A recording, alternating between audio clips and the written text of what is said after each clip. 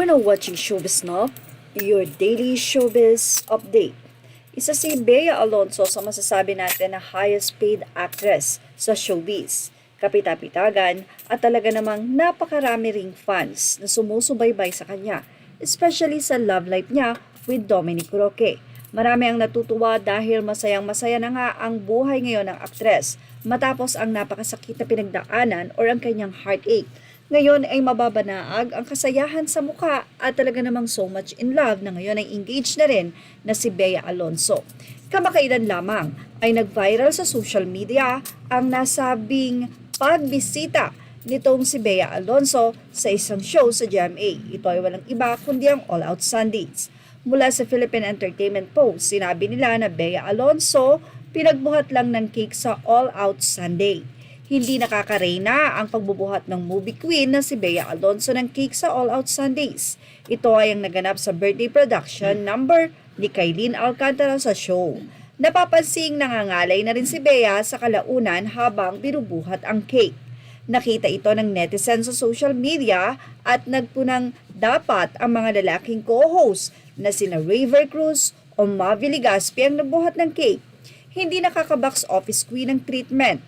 Ayusin nyo naman, AOS, ayon pa sa post ni Empress KXX sa X. Samantala, may statement naman ng netizen na si movie queen Bea sa X na nagsabing, I guess a better caption for this is how humble Bea na siya pa ang kumuha ng cake para hawakan ito at ma-receive ni birthday celebrant ang bouquet of flower.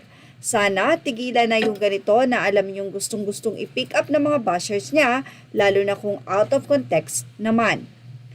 At tila nirepost pa ito ng Philippine, nakalagay doon na Bea Alonso, pinagbuhat ng cake sa All Out Sundays, mga lalaking host, hindi nag-alok na sila na lang. Narito naman ang naging say ng mga netizen.